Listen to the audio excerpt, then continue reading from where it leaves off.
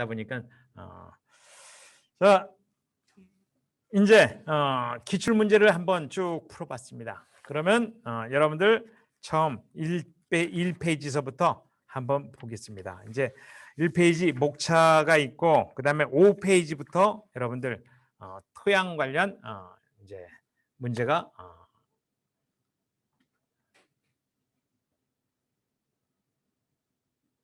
자 토양의 구분, 토양의 구분, 토양의 생성, 뭐 이제 흙의 기능, 그다음에 생성 원인에 의한 분류, 풍화작용, 그다음에 토양의 생성 인자, 토양의 생성 작용. 요거는 여러분들이 이 교재를 보고 거기 써 있죠. 스페이드 1, 그러니까 토양학 1, 2, 4, 10, 12를 보시고 이거는 한번 공부를 쭉 해주세요. 이게 어느 파트에서 시험에 나올지. 그래서 여기에 기사 시험 문제도 일부 나왔는데 요거는 제가 생략을 했어요. 왜냐하면 다른 더 많이 기출된 문제를 중심으로 해서 했기 때문에. 자, 이제 그래서 토성, 이게 토양 파트의 15번 문제. 자, 토양의 구성 중 논과 밭의 각각의 구성비는 얼마냐? 논의 그 구성비가 얼마냐? 3상에서 3상. 그러니까 아까 기상, 액상, 고상 이렇게 나왔죠? 그 얘기를 하는 겁니다. 그래서 각각 구성비는 얼마냐? 논의 경우 고상 50%, 기상 제로, 액상 50% 이렇게 되겠죠. 그렇죠? 밭은 고상 50%, 기상, 액상 각각 25%씩. 자, 이렇게 답을 쓰면 될 것 같아요. 그래서 여러분들 답안에도 그렇게 써 있죠. 그래서 이번에는 이제 고상에서 무기물, 유기물 몇 프로, 45, 55% 이렇게 했는데 뭐 고상, 그래서 기상, 액상, 고상 50, 25, 25 이렇게 쓰면 될 것 같아요. 그 다음에 토양 입경에 따라 토양 입자를 분류하는 기준은 뭐냐? 이렇게 물어봤어요. 이거 뭐죠? 기준은 모래, 미사, 점토 함량이 얼마냐? 바로 요거죠. 그래서 모래, 미사, 점토의 함량이 토양을 구분하는 입자를 분류하는 기준이다. 자, 모래보다 큰 입자는 자갈이니까 토양으로 분류 안 봅니다. 그리고 세 번째로 나온 거, 토양 광물 입자의 크기에 따라 분류했는데 함량 비율이 얼마냐? 이렇게 물었어요. 그래서 요거 우리 공부한 대로 그대로 이건 토양 입자 크기에 따라 토양의 성질이라고 하는데 모래의 경우는 0.02서부터 2mm까지가 모래고 미사의 경우는 0.002서부터 0.02까지 점토의 경우는 0.002 이하. 요 0.002 이하가 되면은 이거는 이온, 양이온과 음이온이 분리가 되죠. 자, 이렇게. 그래서 점토가 되면 모래하고 미사보다 성질이 싹 바뀌어버리죠. 모래와 미사일 때는 양이온과 음이온이 결합된 상태고 점토는 양이온과 음이온이 분리돼서 음이온만 모인 게 점토고 그때 떨어져 나간 양이온은 점토에 달라붙는 비료 성분들이 되는 거죠. 자, 그 토양의 분류에서 각 토양의 점토 함량은 얼마냐? 그래서 여러분들 각 토양의 거는 이제 5개요. 아까 사토, 사양토, 양토, 식양토, 식토 요거의 퍼센테이지가 얼마냐 그 얘기가 되겠습니다. 그래서 퍼센테이지 얼마요? 사토는 12.5 이하, 그 다음에 사양토는 12.5에서 25, 양토는 25에서 38, 그 다음에 식양토는 38에서 50, 그 다음에 식토는 50. 요게 국제토양해법에 의한 분류입니다. 요게 물론 미국 농무성법도 있고 뭐 여러 개 뭐 있는데 요게 약간의 오차는 있을 수 있지만 요게 기준이다라고 보시면 되겠습니다. 자, 그 다음에 요거는 12토성. 토성이 모두 금방 얘기한 건 5개 토성. 여기 지금 그림에 보면 가운데 있는 식토, 식양토, 양토, 사양토, 사토 요 5개 토양을 기본으로 해서 나머지 7개가 더 추가되죠. 그래서 뭐 사질식토, 사질식양토 등등 해서 7개가 추가되는데 요거까지 포함해서 모래미사 점토 함량이 얼만큼씩 있을 때 어디에 속하느냐라는 문제가 나올 수 있고, 요거 여러분들하고 저 필기시험 공부할 때도 한번 풀어봤어요. 자, 풀어봤으니까 한번 1번 문제부터 한번 풀어보도록 하겠습니다. 자, 점토 20%, 모래 40%, 미사가 40%일 때 여기서 찾아보세요. 점토 20% 하면 어떻게 돼요? 점토 20%. 예. 그 다음에 모래 40%. 점토와 모래가 마주치는 데가 바로 어디냐? 이 부위입니다. 그렇죠? 점토 왼쪽 사선의 20과 모래 밑에 줄에 20에서 50 사이에 40점 엔도에서 사선의 그 수평으로 쭉 올라가면 양토 거기에 속하죠. 그래서 20, 40, 40은 양토에 속한다라고 보시면 되고, 두 번째 문제 15%, 60, 25 점토 모래 미사 15, 60, 25인데 제가 먼저 시간에도 말씀드렸지만 세 개가 합치면 100%예요. 그래서 점토하고 모래만 맞추면 미사는 자동적으로 맞아요. 그래서 미사는 쳐다볼 것도 없어요, 사실은. 자동적으로 맞으니까. 아까 1번 문제도 미사가 40% 맞죠? 예. 자, 그래서 15, 60, 25를 찾아보겠습니다. 15. 아까 20보다 밑으로 내려가 10에서 20 사이로 쭉 수평으로 가니까 사양토 위로 싹 지나가겠네요. 근데 60. 60이면 50에서 70 사이니까 사양토네요, 이건 바로. 예, 그래서 사양토 여기에 딱 들어가죠. 그래서 사양토 요 2번에 들어가고, 그때 얼마예요, 미사가? 25%. 그렇죠?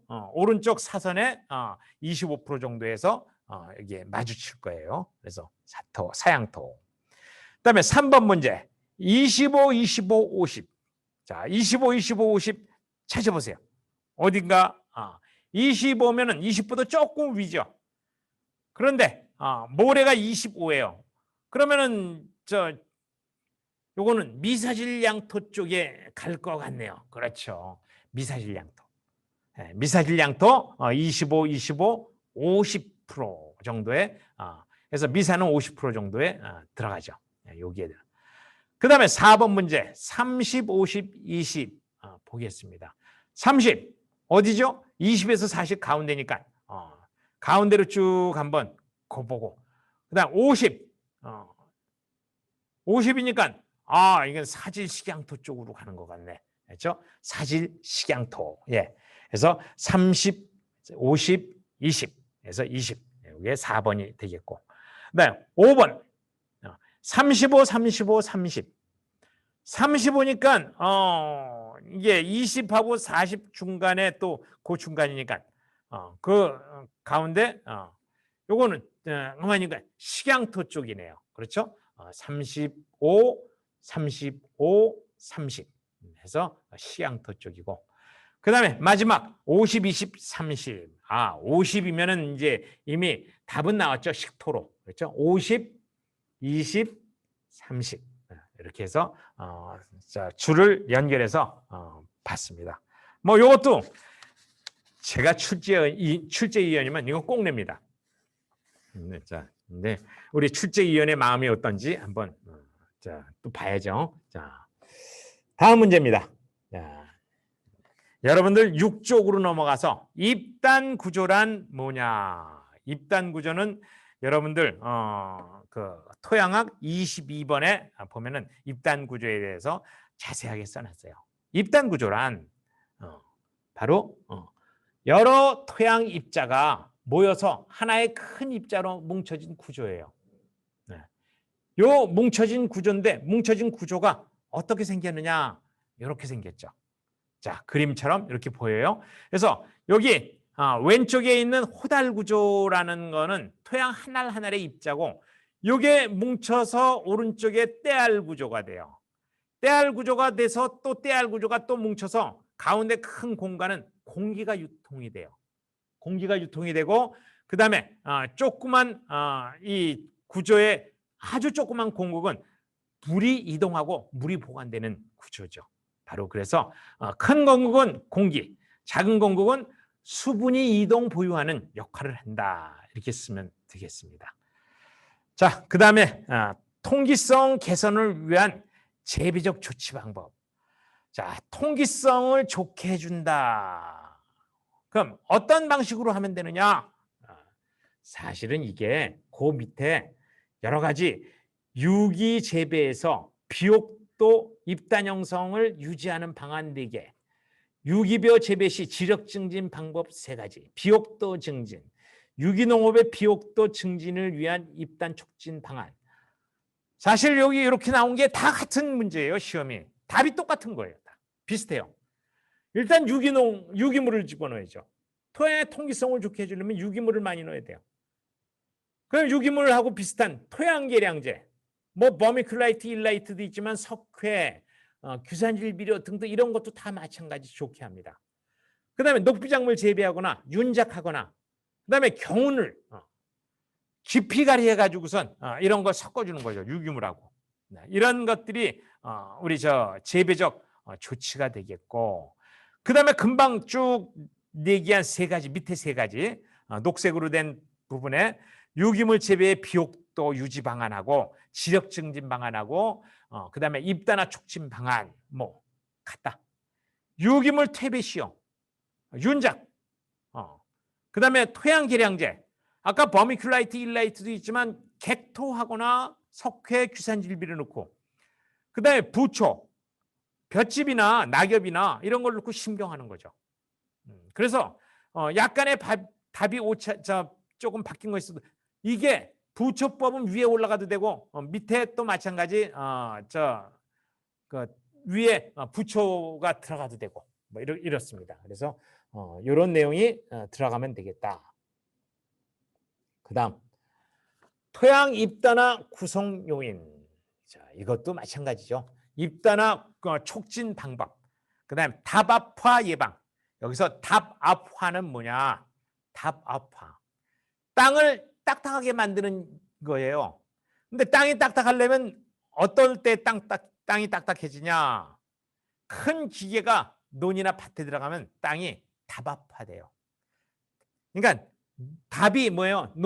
논이죠. 논이 눌린다는 뜻이죠. 그래서 큰 기계가 많이 들어갈수록 답압화되니까 그걸 방지하기 위해서는 어때요? 뭐 당연히 이것도 아까 비슷해요. 유기물 넣고 뭐 하는데 사실 요거에 가장 좋은 1번 칼슘이온, 양이온이에요. 그러니까 아까 토양 계량제 중에 석회를 넣으면은 요 석회는 접착작용을 해요.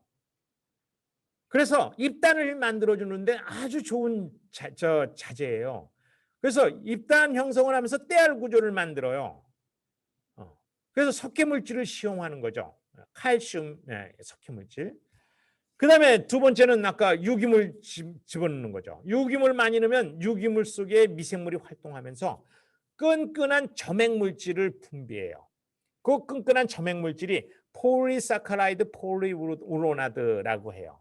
그게 이제 유기산에서 분비해서 끈끈한 점액물질이 나오는 것들을 얘기하는데 이거 미생물이 분비하는 거죠. 그래서 유기물이 많으면 미생물이 번식하면서 이런 물질을 분비해서 토양을 입단화시켜서 시켜주는 작용을 한다.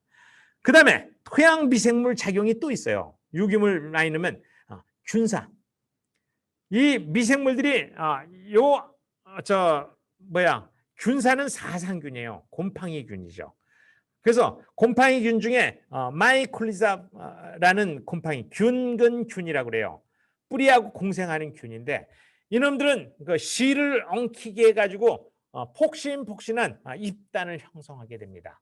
그래서 잎단을 형성하는 이런 작용을 하게 된다. 사실은 이게 2번보다 더 큰 많은 작용을 하는 작용입니다. 그래서 양이온 아까 석회물질 넣는 거, 유기물 넣어서 미생물이 활성하는 거, 그다음에 그 미생물 중에 균사를 뽑는 거, 그다음에 재배적인 방법으로 멀칭.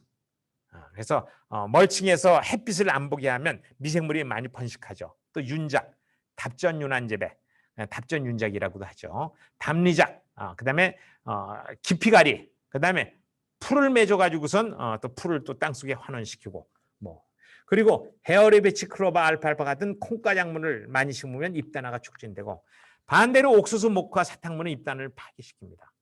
그리고 아까 토양계량제 뭐 우리 석회물질도 넣지만 이게 아크릴솔클리움 인공 토양제입니다. 이런 걸 넣을 수도 있다. 이렇게 보시면 토양 잎단화하고 다바파를 예방하는 방법이다라고 보시면 되겠습니다. 그리고 반대로 이제 잎단화를 파괴하는 여건입니다만은 아까 이제 뭐 옥수수나 뭐 사탕수수 이런 것들은 잎단화 파괴시키는데 이제 토양을 건조 수분이 반복되는 이런 비닐하우스의 경우는 이게 반복이 되죠. 그래서 비닐하우스에서는 잎단화가 자꾸 망가지죠. 그리고 비닐을 씌울 때 투명 비닐로 멀칭하면 뜨거웠다 더웠다 하다 보니까 온도가 급변해서 잎단화가 또 파괴됩니다. 얼었다 녹았다 하는 것도 잎단화 파괴의 원인이 되고 비가 많이 오는 것도 그다음에 수분이 많고 적을 때 땅을 갈아주는 거 이것도 잎단화 파괴가 되고 제초제 많이 쓰고 농약, 화학비료 많이 쓰게 되면 또 잎단화가 파괴되죠. 이건 자료 우리 교과서에도 잘 나와 있습니다. 다음 유기재배지 이제 7쪽으로 넘어갑니다. 유기재배지 토양 분석인데 토양 분석을 해서 토양 시료를 채취한다. 이제 채취 방법을 한번 공부하겠습니다. 그다음에 유기물 함량을 추정한다. 대충 여기에는 유기물 함량이 얼마나 있느냐 이제 이걸 추정하는 걸 이렇게 요구를 했어요. 이제 산업인력관리공단 기준 출제 기준에 이 항목이 들어갑니다. 자 일단 자 토양 검사에는 두 종류가 있습니다. 토양 검사에는 두 종류가 있어요. 녹색으로 된 부분 농약 중금속 검사. 요거는 심사원이 필요하다고 판단될 경우 심사원이 채취합니다. 요건 일반 농가가 채취하는 게 아니에요. 요건 심사원이 친환경인증 심사원이나 또는 농산물 품질 관리원 어떤 조사자가 와서 직접 채취하게 됩니다. 그 다음에 이 두 번째는 이화학 검사가 있습니다. 요건 신청인이 매년 채취하게 됩니다. 요거는 이화학 검사라는 건 토양 내에 비료 함량이 얼마나 있는지 검사하는 겁니다. 매년 1년에 1회 이상 검사하는 것이다 라고 보면 되겠습니다. 자, 그 밑에 친환경 법령의 토양 채취 방법인데 가로 안을 채우기 해가지고선 심사원이 채취하는 방법을 제시했습니다. 심사원은 이렇게 채취하라라고 했습니다. 자, 유기농업 기능사 기사 자격을 따면 심사원 될 자격이 있습니다. 그래서 심사원이 하는 이러한 것들을 우리는 이제 공부하게 되는 거죠. 그래서 이거는 농약이나 중금속 검사를 위해 토양 시료 채취 지점을 대표성이 확보될 수 있도록 Z자형 또는 W자형으로 재배 필지별로 최소 10개소. 자, Z자형, W자형. 요건 이제 요걸 가로넣기로 넣는 거죠. 뭐 보기를 줄 수도 있고 보기 안 주면 내가 맞춰 넣어야 돼요. 이건 기사는 보기 안 주고 나왔어요, 시험이. 자, 10개소를 선정하여 신청인 또는 가족이 입회하에 인증심사원이 채취한다. 직접 채취한다라는 얘기죠.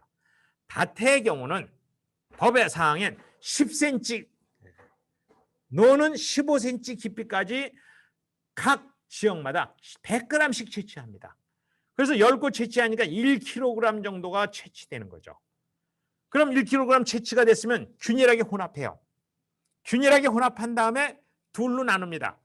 둘로 나눠서 한 점은 전문 시험 연구기관에 보냅니다. 여기에 잔류 농약이나 중금속이 얼마나 들었는지 그리고 거기에 밀봉해서 봉인을 합니다. 봉인할 때에는 거기 가족 입회라고 그랬으니까 사인까지 해요. 심사원도 사인하고 이 가족 신청인도 사인하고 해서 500g 한 걸 밀봉한 상태에서 전문인증 기관으로 송부합니다. 그리고 나머지 반 남은 거는 심사원이 보관합니다. 뭐 심사원이 보관한다는 얘기는 인증기관이 해서 보관한다라고 보시면 되겠습니다. 그래서 이렇게 심사원이나 인증기관이 보관하는 방법으로 하게 된다. 이게 바로 가로넣기 법령으로 농약이나 중금속 채취할 때 채취 요령입니다. 자, 여기서 토양 채취가 땅속 10cm나 15cm를 채취한다. 이건 중금속이에요. 이화학 검사는 그렇게 하면 안 돼요. 이화학 검사 채취 방법, 자가 채취 시 토양 채취 방법입니다. 그래서 중금속 검사와 이화학 검사는 채취 방법 자체가 틀려요. 물론 중금속 검사도 이화학 검사하고 똑같이 해도 돼요. 예.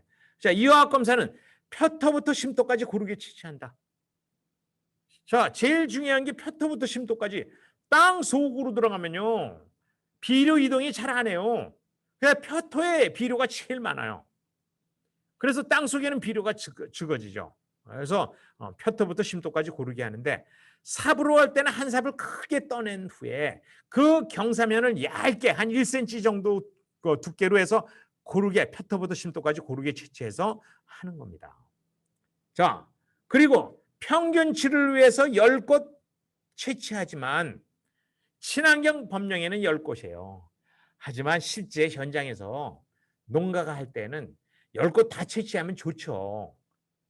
근데 4-5곳만 채취해도 평균치가 나와요. 대략. 예, 그래서 정확히 4-5곳 채취한다. 그 뭐 누가 봤대요? 10곳 채취했는지 4-5곳 채취했는지. 그래서 10곳 채취했다고 그러면 되죠. 뭐. 예, 뭐 거짓말하면 안 되겠지만. 그다음에 깊이는 얼마나 파느냐? 삽이 들어가는 데까지 파면 삽 들어가는 데까지 뿌리가 들어가요. 우리는 한 삽만 푹 들어가면 생땅이 나와요. 뭐 과수원은 조금 더 깊이 들어갈 수도 있지만, 그래서 과수원은 조금 깊이 팔 수도 있죠. 예, 그래서 삽이 들어가는 깊이까지, 뿌리가 들어가는 깊이까지 토양을 채취하십시오라는 얘기입니다. 자, 마지막으로 면적에 상관없이 몇 평에 하나씩 뜨느냐, 채취하느냐인데 토질에 따라 채취해라. 자, 토질이 내가 한 300평인데 토질이 틀리면 각각 떠야 돼요. 300평 중에서도. 하지만 아주 넓은 땅도 토질이 비슷하면 전체 땅을 10곳 정도, 뭐 4-5곳서부터 10곳 정도 채취해서 합해가지고 그거를 토양을 분석실에다가 갖다 주면 돼요. 그리고 평탄지의 경우는 이 그림처럼 지그재그 무작위로 채취하는 거고, 가운데 그림처럼 경사진 곳은 상중하를 합치지만 위에하고 아래하고 토질이 틀리면 각각 떠서 각각 빌려줘야 되는 거죠. 그리고 과수원의 부분은 과수나무와 과수나무 사이에 채취하는데, 우리 교과서에는 과수 가지 끝 밑에서 안으로 20 내지 25cm, 뭐 25 내지 30cm 들어가서 거기서 채취해라. 이게 탁상머리에 앉아서 교과서적인 얘기만 하고 있어요. 네, 이러면 안 돼요. 이게 폭이에요, 폭. 비료를 어디다 줘요? 그리고 뿌리가 어디까지 뻗어요? 제일 많이 뻗는 데가 가지 끝 부분에서 다른 가지 끝 부분에 그 사이에요. 다 비슷해요. 거기는. 비료도 거기다 주기 때문에 거기에서 아무 곳이나 채취하면 되는 겁니다. 네, 그래서 뭐 탁상머리에 앉아서 뭐 어디 정확히 채취해서 그런 식의 그 방법은 아니다라고 싶어요. 예. 실질적으로 채취해야죠. 네. 그래서 이런 식으로 채취하면 된다. 근데 이건 한 번도 시험에 나온 적이 없어요. 아까 이 문제가 시험에 나왔었죠. 아까 그 심사원이 채취하는 방법. 네. 그다음에 토양 분석에서 토양의 이화학 검정. 토양 검정은 몇 년에 몇 회 하느냐. 요 이화학 검사를 얘기하는 거예요. 요거는 1년에 한 번. 아까 말씀드렸죠? 매년 1회 이상 검사한다. 한 번 이상. 이렇게 하면 되겠습니다. 그 다음에 토양 검정 체계에 토양 관리를 위해 토양 검정 순서를 써봐라. 이제 요 얘기인데, 요거는 순서는 이렇게 돼요. 그러면 이제 여기 가로로 해놨는데, 요 가로를 누가 하느냐, 분석원이 하느냐, 신청인이 하느냐, 요걸 이제 넣는 답이 될 것 같아요. 그래서 요거는 이제 기사 시험엔 이런 식으로 나왔다라는 것만 있더라고요. 그래서 토양 시료 채취는 누가 하느냐? 신청인이 하는 거죠. 토양 검정을 의뢰하는 신청인이 하는 거고, 시료를 분석해서 검사하는 건 분석원이 하는 거고, 그다음에 분석 결과를 처리하고 시비 처방서 발급하는 것도 분석원이 하는 거고, 처방서가 나온 다음에 시비 대책을 수립해서 토양 관리하는 것도 신청인이 하는 거죠. 이거는 신청인이 하는 거. 순서가 이런데, 사실은 요 순서를 제가 정리했습니다. 토양 채취를 신청인이 하고 검사 의뢰를 신청인이 합니다. 그 다음부터 신청인이 맡긴 다음부터는 분석실에서 하는 거죠. 토양을 건조해요. 음건합니다. 풍건이라고도 하고 음건이라고도 해요. 풍건이라는 말은 바람에 날린다라는 뜻인데 바람을 선풍기로 쬐서 말리는 게 아니에요. 그냥 자연바람. 자연 상태에서 이렇게 음건한다라고 하는 게 더 정확한 답이 되겠어요. 음건. 그 다음에 완전히 음건이 되면 절구로 빻습니다. 절구로 분쇄해요. 그래서 빻아가지고선 채로 쳐요. 2mm 채로 쳐요. 그 다음에 걸러요. 2mm 채로 쳐가지고 걸러가지고선 2mm보다 큰 건 버립니다.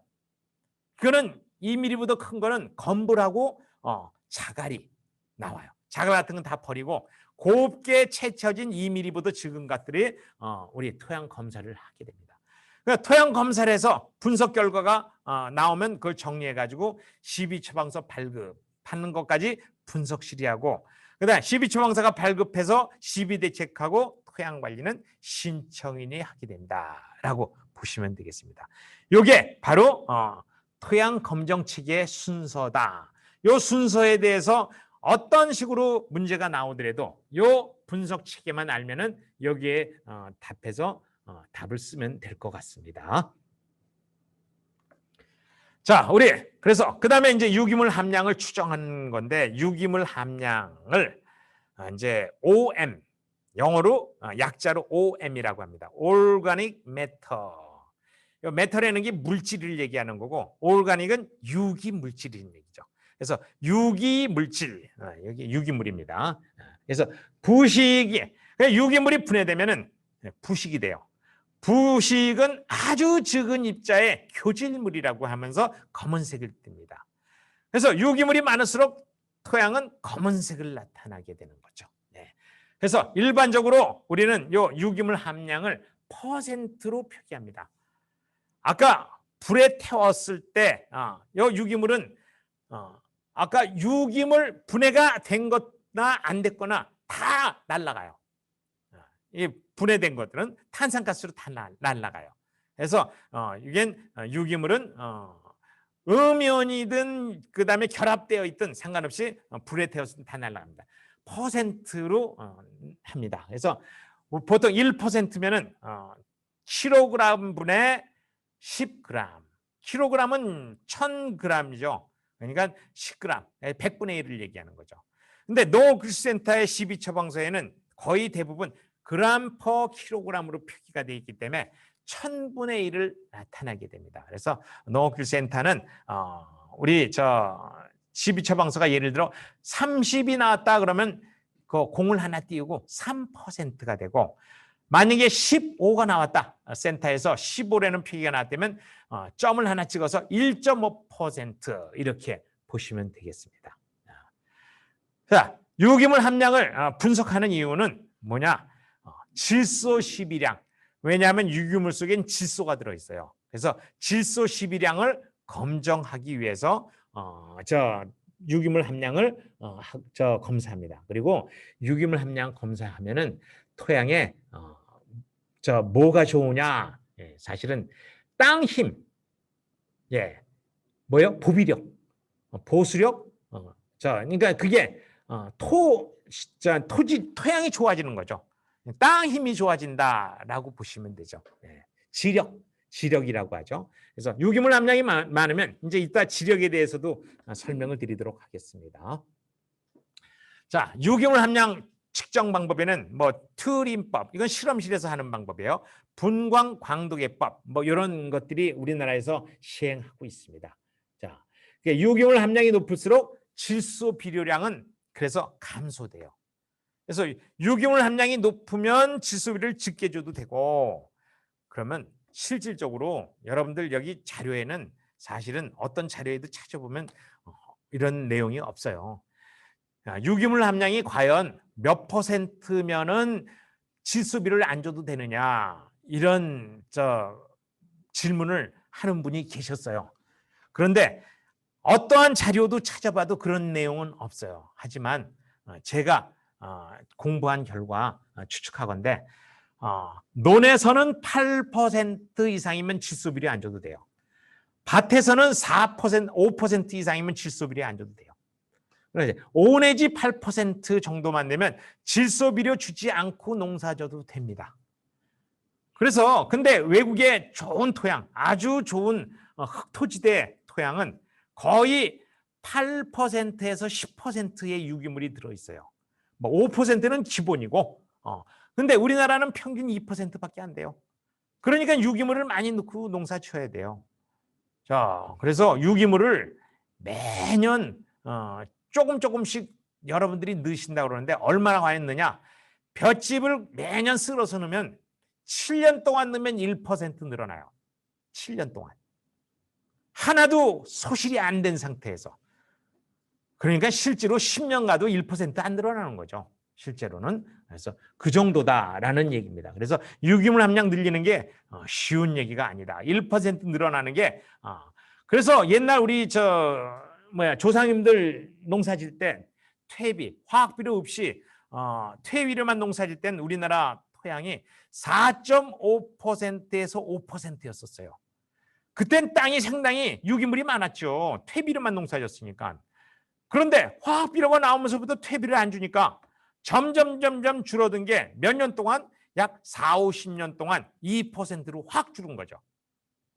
그러니까 여러분들은 결과적으로 2.5%에서 3%가 줄었다고 해서 얼마 안 줄었네 하지만 사실은 굉장히 많이 줄어드는 겁니다. 그래서 많이 줄어들었으니까 앞으로 우리 친환경 하는 농가들은 여러분들께서는 유기물을 꾸준하게 좀 많이 넣으실수록 농사는 잘 되는 겁니다. 자, 그 다음에 한번 보겠습니다. 자, 풍건 상태의 유기물 100kg에, 그러니까 이건 토양이 아니라 유기물이에요. 토양 속에 있는 유기물. 유기물 100kg에는 4kg의 질소가 들었다. 약 4%로 추정합니다. 그래서 유기물 함량이 4% 들었다라는 얘기입니다. 그러면 토양이 유기물이 1% 들었다라고 토양 내에 우리가 아까 우리나라 땅은 2% 들었다고 그랬죠. 그 2% 속에 그 유기물에 질소 함량이 4%라면 얼마예요? 0.008%예요. 사실은 10,000분의 8이에요. 10,000분의 8. 2%면. 어마어마하게 적은 양입니다. 질소 함량이. 근데 이따가 또 얘기하자면 그게 다 먹는 질소가 아니에요. 그중에 10분의 1밖에 못 먹어요.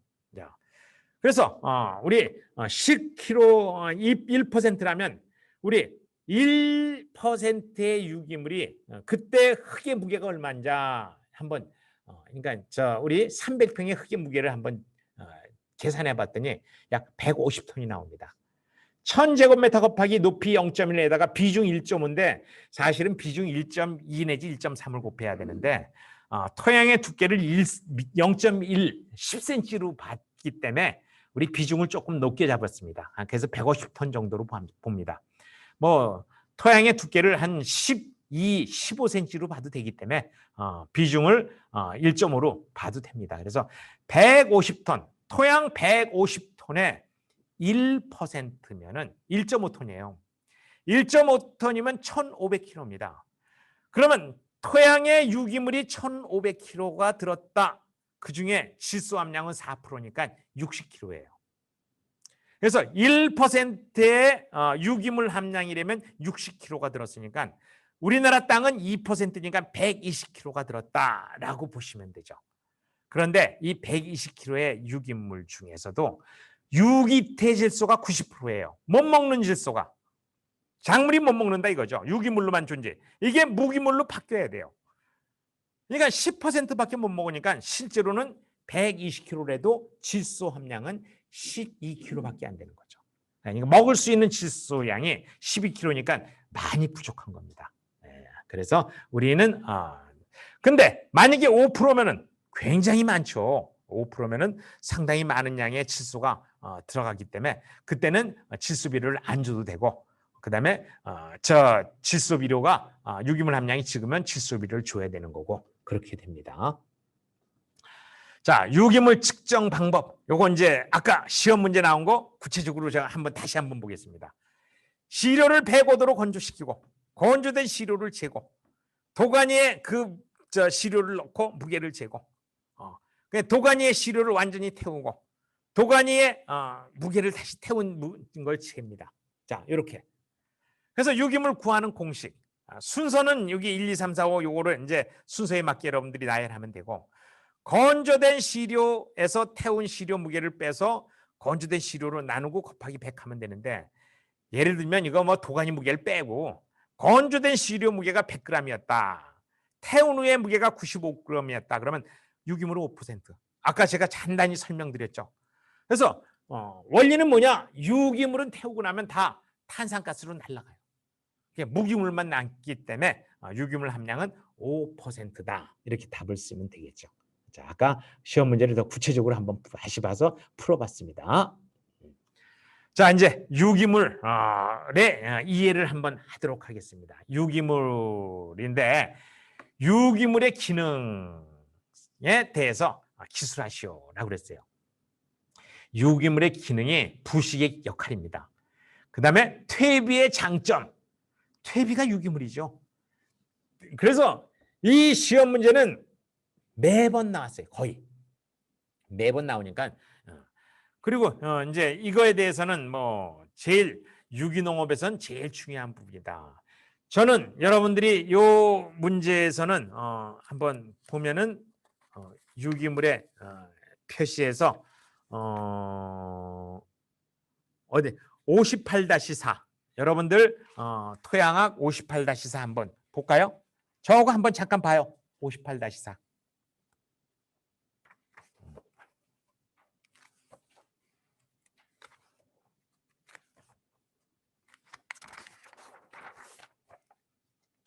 자, 58-4 보면은 퇴비 만드는 내용입니다. 그래서 58-4 유기물의 기능이 나옵니다. 그렇죠?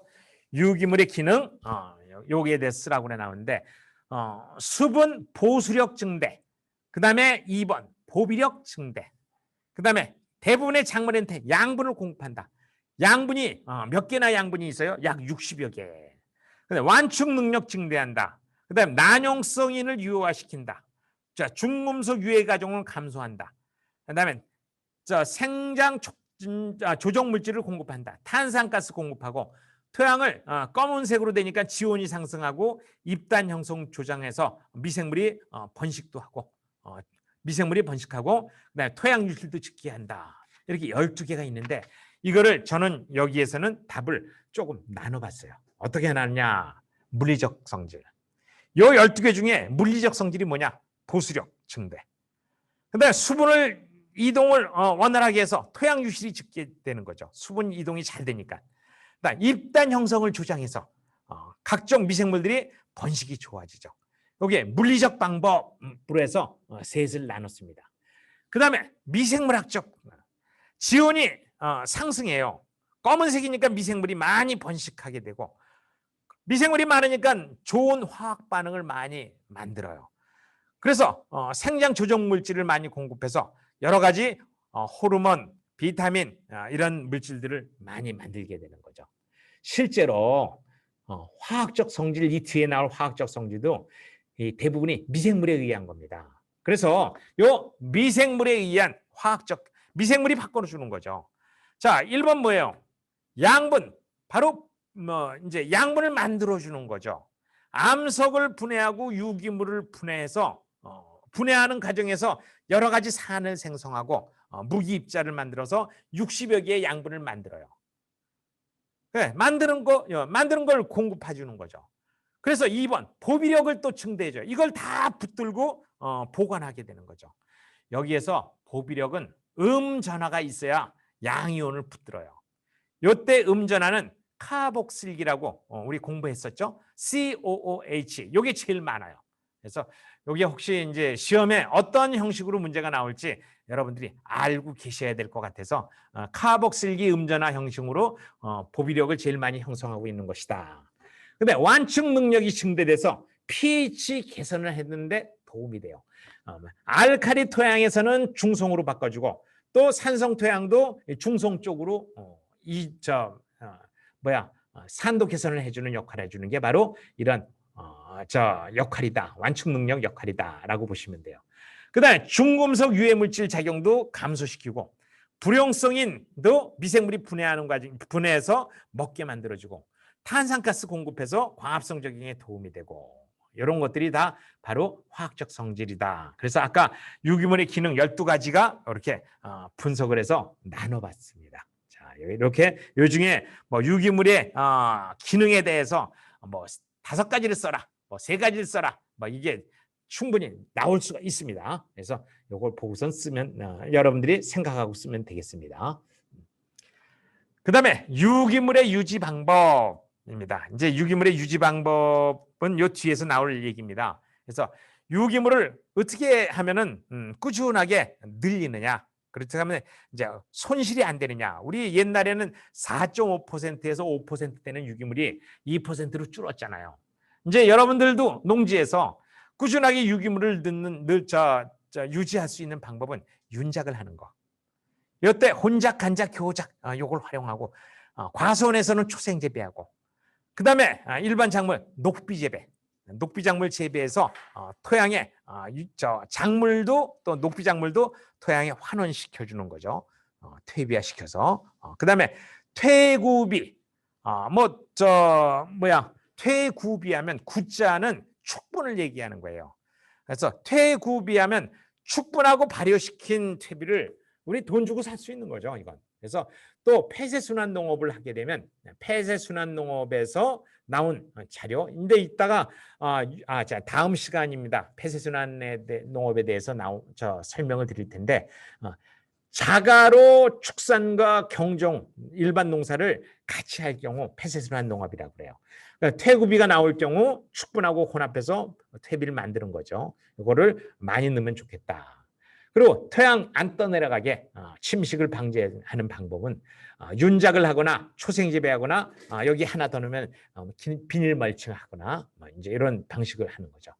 기타 이제 토양 관리법, 아까 얘기했던 멀칭이라든가 이런 방법을 선택하면 토양 유기물을 유지하는데 요거하고 비슷한 내용이 바로 윤작 효과예요. 윤작 효과가 바로 같이 걸맞는 거죠.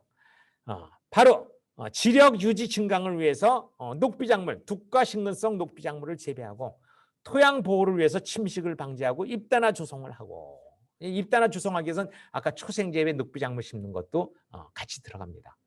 그 다음에 기지현상, 윤작을 하라는 얘기죠. 기지현상 회피하기 위해서 수량을 증대시키고 그 다음에 병해충 잡초 감소를 시키고 그다음에 자급사료 안정적으로 윤작하면서 사료 나온 걸 폐쇄순환 농업으로 공급하자라는 얘기입니다. 그다음에 토양 이용을 합리화시키고 노력도 분배하고 그다음에 경영을 안정화시킨다. 이게 윤작의 효과가 되겠죠. 그래서 유기물 유지 방법이나 사실은 거의 일맥상통하는 얘기니까 같이 비교해서 공부하면 여러분들이 이해도가 좀 쉽지 않을까 해서 끄집어냈습니다. 자. 그 다음에 이제 유기물 유지 방법입니다. 금방 유기물 유지 방법에 대해서 윤작서부터 녹비작물 심는 거 쭉 얘기했는데 일단 여기서 녹비작물법에 대해서 한번 말씀을 드립니다. 녹비작물 헤어리 배치 자운용의 용도, 파종 시기, 파종량, 녹비 투입량이 얼마냐 이런 거 썼습니다. 일단 헤어리 배치하고 자운용의 용도라고 했는데 여러분들 자료에는 제가 급히 쓰느라고 이게 정리가 조금 안 된 자료인데 제가 조금 정리를 다시 했어요. 헤어리 배치하고 자운용은 콩과 작물 중에서도 토양 개량 효과도 뛰어나고 토양의 질소 공급원으로 토양 활용 편의성이 뛰어납니다. 이게 바로 헤어리 배치와 자운용의 용도입니다.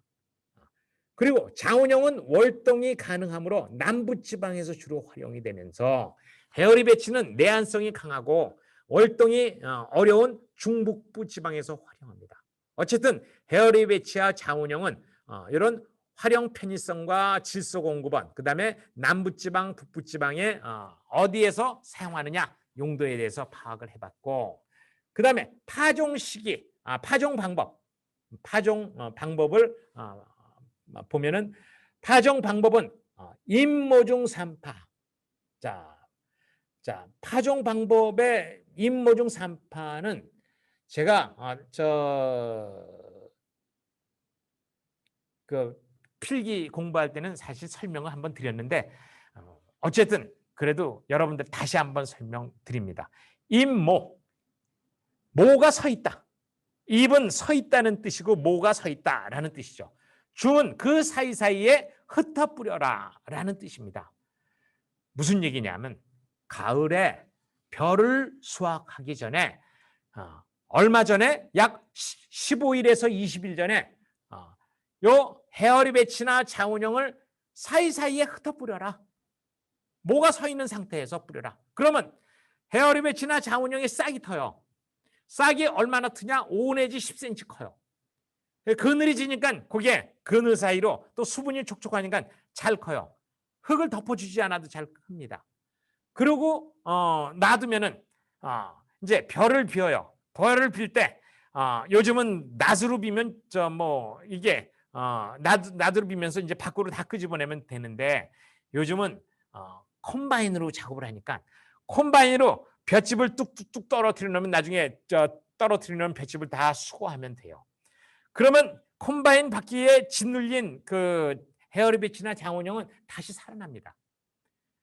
그리고 요즘 볏짚을 잘게 쓸죠. 썰어놓으면 그 잘게 쓸어놓은 사이사이로 이 헤어리 배치나 장원형이 뚫고 올라와요. 이렇게 임모중 산파하는 방법이 있어요. 그리고 또 산파 뭐냐면 일단 작물을 다 수확하고서는 흩어뿌리는 거죠. 흩어뿌리고 덮어줘요. 물론 땅을 갈고 산파해도 돼요. 땅을 갈지 않고 산파해도 돼요. 흙으로만 덮어주면 다 싹이 나옵니다. 그래서 쇠스랑이나 그다음에 살짝 로타리를 쳐주면은 흙을 덮어주는 거죠. 그런데 흙을 안 덮어주면 어떻게 돼요? 싹이 잘 안 트죠. 햇빛을 직접 받으니까. 이게 촉촉해야 싹이 트기 때문에 흙으로 꼭 쇠스랑으로 덮어주든가 살짝 로타리 터서 흙을 덮어줘야만 싹이 트게 되는 거죠. 그래서 이런 방식으로 파종을 하게 되고 그 다음에 파종 시기는 자운형의 경우는 8월 하순에서 9월 상중순, 9월 중순까지 뿌려야 돼요. 헤어리 배치는 10월 상순까지 뿌리면 되겠어요. 파종량은 3 내지 4kg 자운형, 헤어리 배치는 6 내지 9kg를 뿌리고 그 다음에 그것이 봄에 많이 커가지고선 막 우거졌을 때 요 투입량 되는 양이 대충 2.5톤 자운형은 헤어리 배치는 1.5에서 2톤 정도 됐을 때 갈아엎어 가지고선 땅속에 집어넣으면 되겠죠. 그리고 요건 네모 장항이라는 거는 주로 비닐하우스 농사 짓는 분들이 여름철에 5월 중순에서 8월 중순에 심어 가지고 요건 한 4, 50일 또는 2달 정도만 심으면은 굉장히 큽니다. 커가지고선 이것도 하우스에 녹비작물로 집어넣으면 됩니다. 그래서 이렇게 네모 장황 크로타리아 요거를 심어도 됩니다. 자, 토양 비옥도를 높이기 위해 사용이 가능한 유기자재. 자, 이거 좀 막연한가요? 토양 비옥도를 높이기 위해서 어떤 걸 넣으면 돼요? 이거 아시는 대로 쓰세요. 제일 좋은 게 뭐예요? 퇴비죠. 어떤 퇴비? 농장에서 나온 퇴비 다 돼요. 예. 그 다음에 분변토, 그 다음에 유박, 등등. 예. 자, 바로 이거예요. 농장 및 가금류의 퇴구비, 분변토, 유박, 그 다음에 집, 산야초, 숯, 구한호, 제당 부산물, 인분. 여러분들 아까 잠깐 우리 자재 한번 봤죠? 자재 한번 본 거 70-1 다시 보세요. 여기 자재 한번 본 거 70-1 여기 나와 보면은 이 앞에 나온 거 다 넣으면 돼요. 맨 앞에 농장 퇴구비서부터 쭉 내려와서 맨 밑에 톱밥, 나무 숯 여기까지 다 이게 바로 토양을 비옥하게 높이기 위한 유기자재. 사실은 그 뒤에 것까지 다 써도 됩니다. 사용이 가능한 자재 다 쓰면 됩니다. 자, 다음 녹비작물 중 질소 함량이 높은 순서로 나열하시오. 어떤 게 질소 함량이 가장 높을까요? 자, 질소 함량이 높은 순서대로 자, 일단 콩이 제일 높죠. 그다음에 헤어리 배치죠. 콩은 순수한 콩이니까 질소가 굉장히 많죠. 예, 단백질이죠, 다. 그다음에 자운형하고 비슷해요. 헤어리 배치는. 그래서 헤어리 배치 그다음에 자운형 뭐 같이 써도 됩니다. 이게 이제 부등호를 그다음에 산야초. 산야초는 푸른 뭐 건초가 아닌 상태에서 그다음에 호밀, 옥수수 이렇게 써놨는데 요거는 생각을 해보죠. 호밀의 경우 예를 들어 호밀이 녹비 호밀일 경우 녹비 호밀이 뭐예요? 푸른 상태의 호밀이면은 옥수수보다 탄질률이 낮아요. 그런데 이 호밀이 바짝 말렸을 때에는 건초로 바짝 말렸을 때는 옥수수보다 탄질률이 높아요. 그래서 호밀이 녹비라고 볼 때는 호밀을 앞으로 써야 되는 거고 만약에 이게 건초일 경우엔 옥수수 뒤로 써야 됩니다. 자, 무슨 얘기인지 이해 가시죠? 그래서 여기 이 호밀이 녹비인지 사실은 건초인지라고 어떤 그 명시가 안 됐기 때문에 제가 앞으로 써놨어요. 그러니까 호밀 녹비작물로 봤을 때 녹비 중 질소 함량이 녹비라고 보고 앞으로 써놓은 겁니다. 그래서 호밀, 옥수수 뭐 이렇게 썼습니다.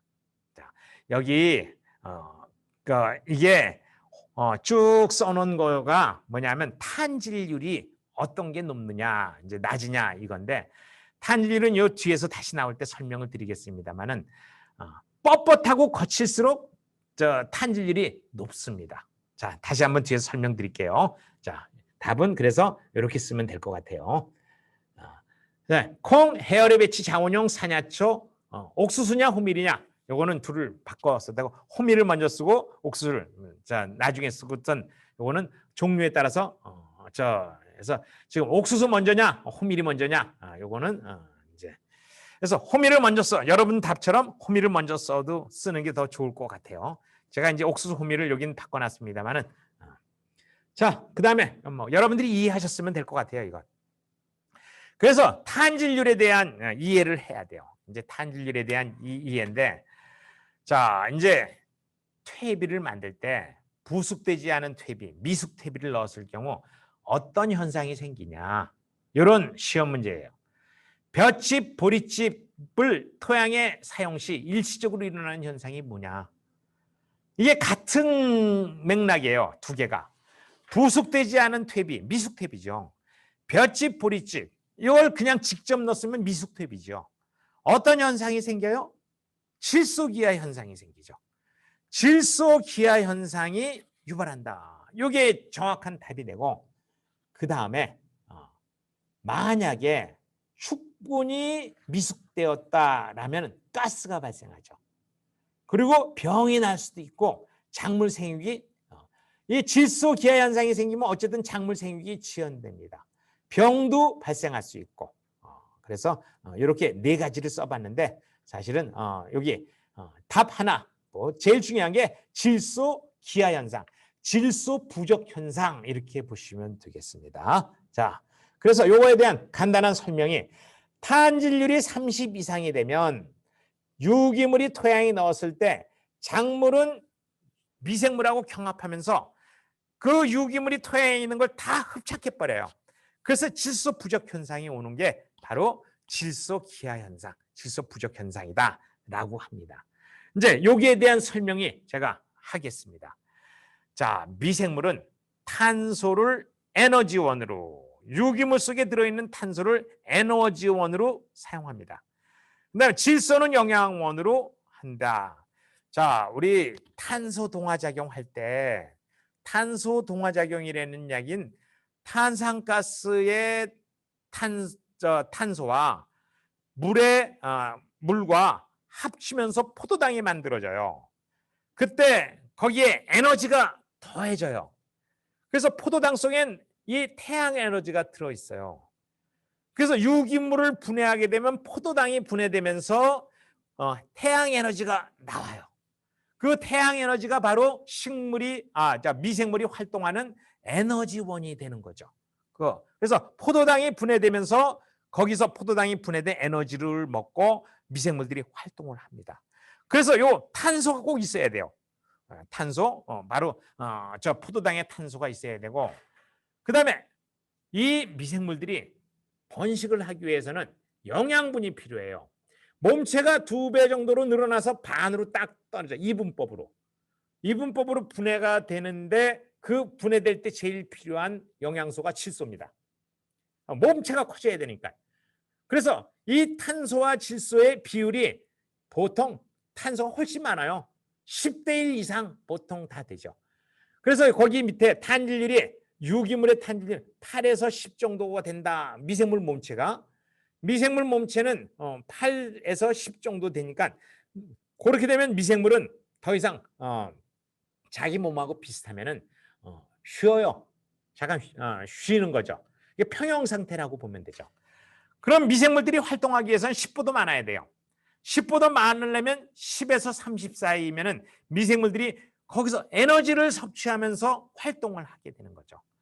그런데 30이 넘으면 질소가 부족하게 돼요. 그러면 질소가 부족하면 어떻게 돼요? 번식이 덜 되는 거죠. 에너지원은 있는데 번식이 덜 되니까 느린 거죠. 그래서 탄질률이 높으면 이 미생물들은 이 분해를 천천히 하게 되는 거예요. 느리죠. 빨리 분해되려면 탄질률을 어느 정도 맞춰주면 이 퇴비가 빨리 분해되는 이런 거죠. 그래서 작물마다 재료별로 톱밥은 아까 250대에서 1000 정도 된다고 그랬어요. 아까 우리 시험에 나올 때는 얼마였죠? 500에서 1000이라고 그랬죠.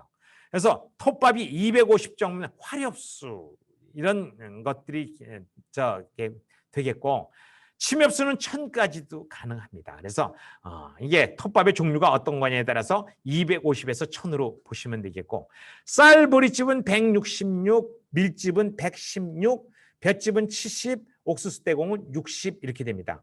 아까 그래서 밀집의 호밀집은 116인데 요 호밀의 녹비일 때는 60대 1보다 적지요. 여기 콩떼공, 녹비, 일반 퇴비, 크로바는 30대 1, 20대 1, 일반 퇴비, 크로바 이게 12대 1에서 20대 1, 30대 1이니까 녹비의 경우는 20대 1 정도. 그러니까 호밀은 조금 뻣뻣하니까 한 30대 1이나 40대 1 정도로 이렇게 볼 수도 있죠. 그래서 아까 호밀을 녹비일 때는 옥수수 떼공보다 더 탄질률이 낮고, 그 다음에 이게 밀집으로 건조시켰을 때는 이게 옥수수보다 탄질이 높고, 뭐 이렇게 아까 말씀을 드렸던 겁니다. 그 다음에 사상균, 방성균, 세균은 10대 1, 6대 1, 5대 1이기 때문에 자기 몸하고 똑같으면은 어떻게 평행 상태가 유지되면서 활동을 쉬어요, 잠시. 네, 그러고선 탄소원이 보충되면 그때 또 활동을 시작하게 되는 거죠. 그래서 탄질률의 원리가 이렇다라는 거 꼭 아셔야지 이게 퇴비를 만들 때 탄질률을 맞춰야 된다는 걸 꼭, 이게 영양원이 되겠습니다. 영양원. 그래서 탄질률을 한번 우리 공부했습니다. 자, 탄질비가 높은 순서로 나열하시오라고 해서 보기를 줬습니다. 보기를 줬는데 보기가 이제 여기 주어지지 않고 제가 답만 썼네요. 자, 일단 보기가 이렇게 5개예요. 네. 그래서 뭐 우분, 최종박, 옥수수대, 왕겨, 톱밥 뭐 이렇게 되는데 톱밥, 왕겨, 옥수수대, 최종유박, 우분 뭐 이렇게 순서로 쓰면 될 것 같아요. 그 밑에 부수기 빠른 순서로 쓰시오라고 해서 또 3개가 나왔네요. 뭐예요? 헤어리 배치, 호밀, 톱밥. 이건 뭐 금방 아실 수 있죠.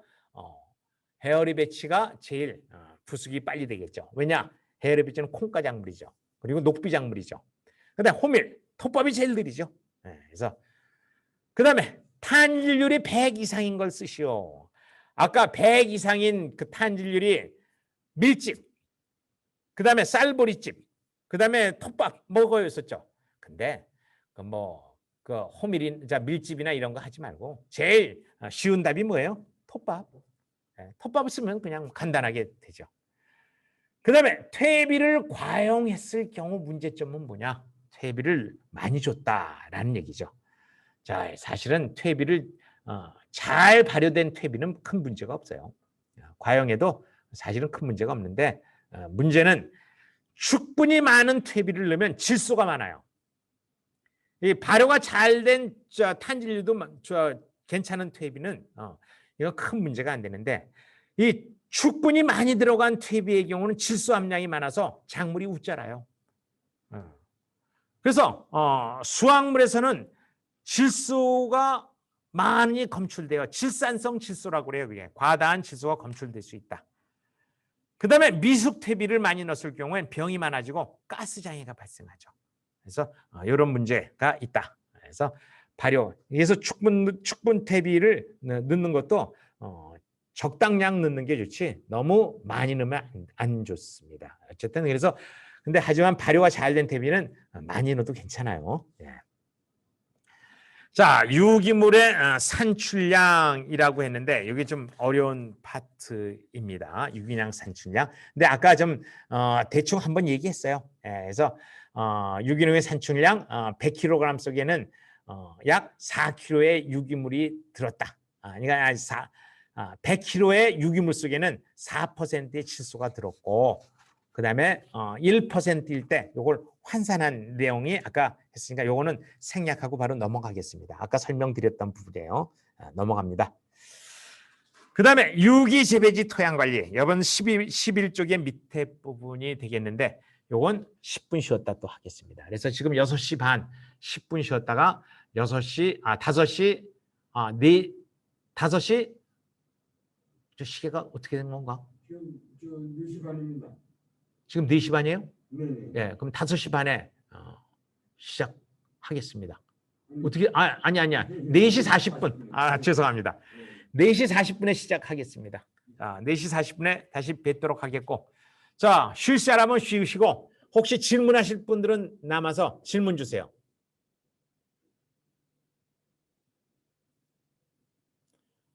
제가 너무 설명을 잘했나요? 네. 고맙습니다. 예, 그럼 쉬세요.